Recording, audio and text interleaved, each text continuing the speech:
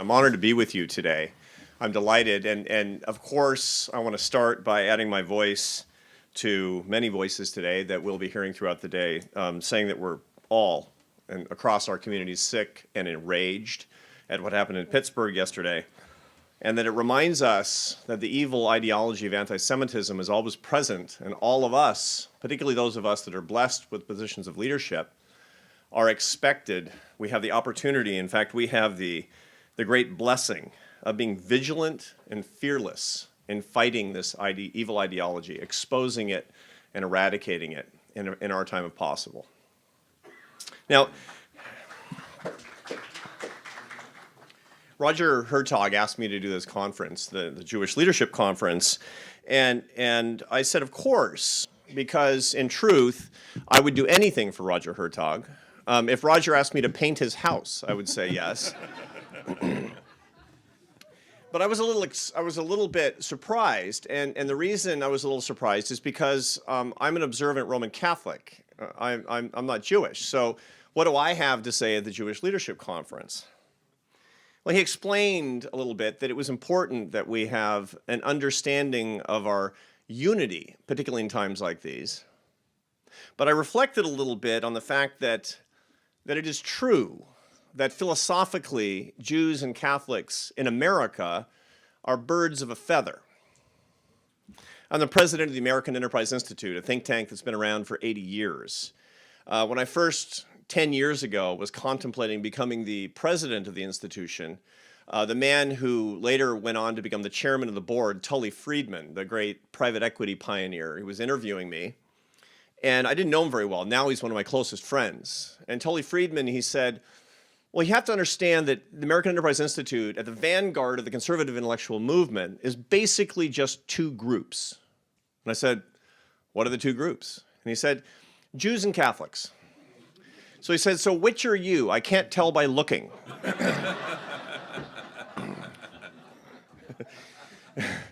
And he says, you know, Arthur and Esther Brooks, I have my guesses. And I said, I'm the other. Why is it that an institution like the American Enterprise Institute would be so dominated philosophically, intellectually by these two groups?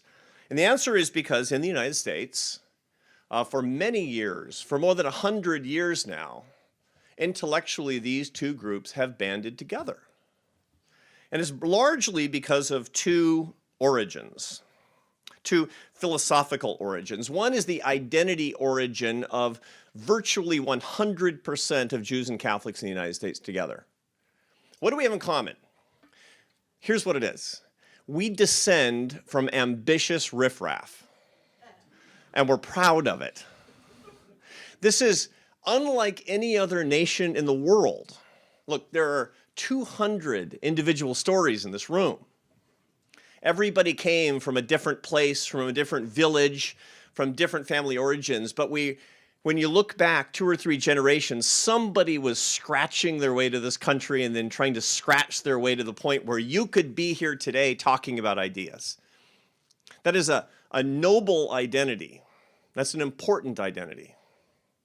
I used that turn of phrase a couple of months ago, ambitious riffraff. It came to me. I thought it was clever. And afterward, somebody, in the audience put up his hand for the Q&A, and he said, I just want you to know that I resent the way that you characterize my ancestors. I said, oh boy. He said, they were not ambitious.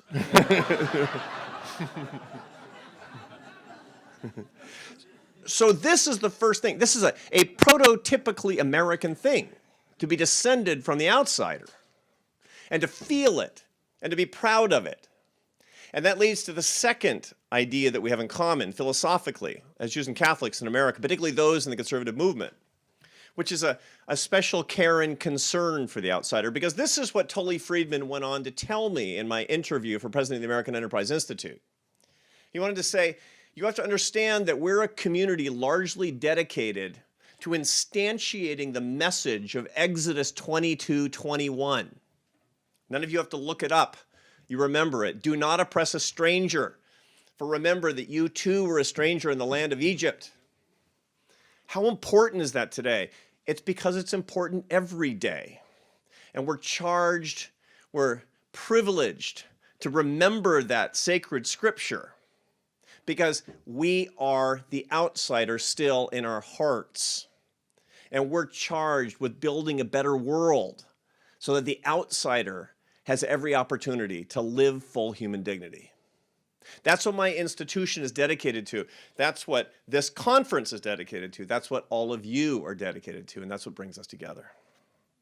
Now, one of the reasons, it's interesting, many people have asked, why is it? Norman Podhoretz asked, why are Jews liberal?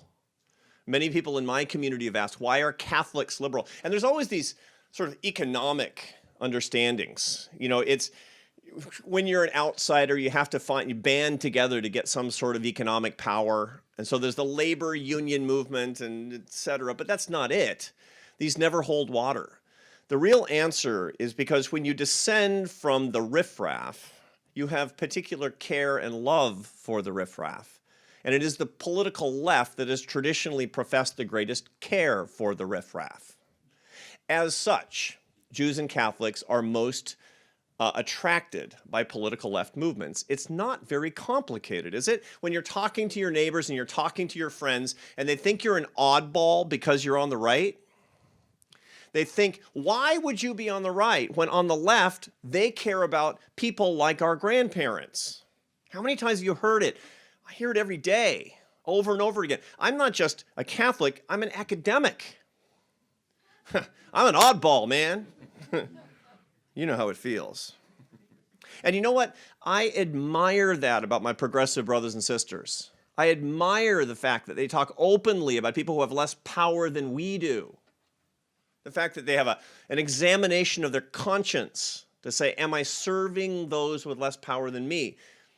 I love that. Look, I come from that community. I come from that ideological standpoint.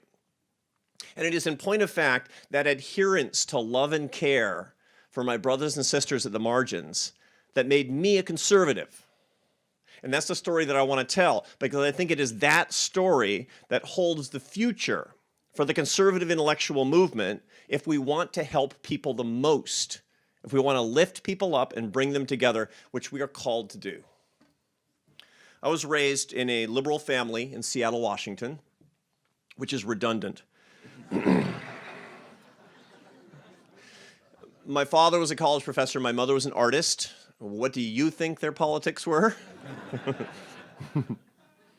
And indeed, when we talked about politics, it was about the idea that politics should be mostly about ways to care for people that were less privileged than we were. We were lower middle class, and yet we understood very well that there were people who needed us, who needed to be lifted up. And that's why we were politically progressive.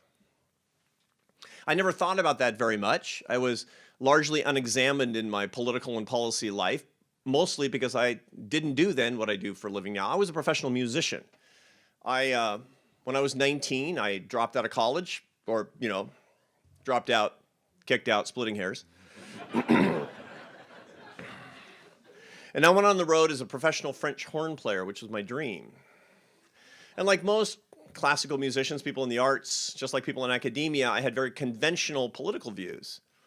But that changed in my 20s. When I was 28, I went back to college by correspondence, and I was forced against my will to take a class in economics. And there was something revelatory in that class. I mean, it was interesting enough, but the really revelatory thing was this. I learned that the world was changing in ways I didn't understand. Specifically this. When I was a kid, many of you are my age, mid-50s, the first time that you saw real poverty was a picture in the National Geographic magazine. There was in the early 1970s, there was a horrible famine in East Africa, the Ethiopian famine. And those pictures were shared with us day after day in the National Geographic magazine and in media all across the country of a kid with flies on his face and a distended belly, and there was nothing that you could do for him. He was going to die. That was the point, that there was nothing that we could do. It was a feeling of impotence and frustration and desperation that we all had when we saw that, and it haunted us and it stuck with us. And the result is that even today, most Americans think that the third world cannot be lifted up, that the developing world is hopeless, that sub-Saharan Africa is beyond relief. 70% of Americans today believe that the world is more desperate and more hungry and poorer than it was in 1970. 70% of Americans believe this. Here's what I learned when I studied economics in my late 20s. A good liberal boy playing in the Barcelona Symphony with a bunch of hard red atheists and studying economics while playing in the orchestra. I learned this, that since the time that I was a child, 80% of starvation level poverty had been eradicated. 80% of starvation level poverty, which is to say living on $1 a day or less, adjusted for inflation, of course, because we're good economists, that 80% of that no longer exists. What happened since 1970? I learned the answer, and it changed my life, and it changed my politics, and it brought me here today, because it was 6 forces that did that. 6 forces pulled 2 billion of my brothers and sisters out of poverty, which I wanted to do with all my heart and didn't know how, and it turned out there was a system doing it while I slept. Here are the 6 forces: globalization, free trade, property rights, the rule of law, the American entrepreneurial system, and the American military, keeping the world more safe and secure than it had ever been before, and thus lifting up people by the billions while I slept. Look, charity is great. I hope it gets me to heaven. The government can do great good. I believe that there's a role for the public sector and for parastatal actors and transnational organizations around the world. But it isn't those things that's going to do my life's work. It is those 6 forces which are instantiated in the American free enterprise system. Your American free enterprise system and global leadership of the United States of America. There is no other way. It has never happened in human history. We must fight for these things as a matter of basic social justice. These are our brothers and sisters that we're talking about. The reason I'm a conservative standing before you today, it has nothing more or less to do with the fact that poverty is the thing that I care about the most. And I need you to join me as a warrior in this cause, as American Jews and Catholics and believers and atheists and everything in between. Because this is why we're on earth, is to lift people up and bring them together. By the way, there's one interesting force that I mentioned, the first force that's lifted people out of poverty more than any other one, which is globalization. That's an epithet today. Globalist. You know what secret code for? Jew. That's what people are talking about these days, globalist, right? No, it's a term of pride, because it's a term that should connect us to our brothers and sisters fearlessly, optimistically, and in a spirit that I believe God intended for us. Embrace that term. We should all call ourselves globalists, because this is a world in which we are brothers and sisters living together compassionately and in solidarity. Look, I really believe in 2 things, fundamentally, morally. I believe in the radical equality of human dignity, and I believe in the limitlessness of human potential. Those are the things I'm really willing to fight for in this world, because I think they're fundamental truths. The only real question is, how do I fight for them most effectively? And the answer is the American free enterprise system and American leadership around the world within the limits of basic human morality. Those are the things that you believe in too, and that we need to talk about more openly. And I firmly believe that when we couch these ideas, not in economic terms, not in practical terms, not in prudent terms, but overtly moral terms, then we have a chance to win. And why do we care about winning? Because of political power? No. Because of economic advantage? No. Because of international prestige? No. But because there are still poor people in this world. There are still people living in tyranny in this world. And who has God called to help them? Me and you. You're a warrior for them, if you're a warrior for anything. Together, my friends, as Catholics and Jews, or in this room, Catholic and Jews, together, we have the opportunity, indeed, we have the privilege to build a better world. God bless you and thank you.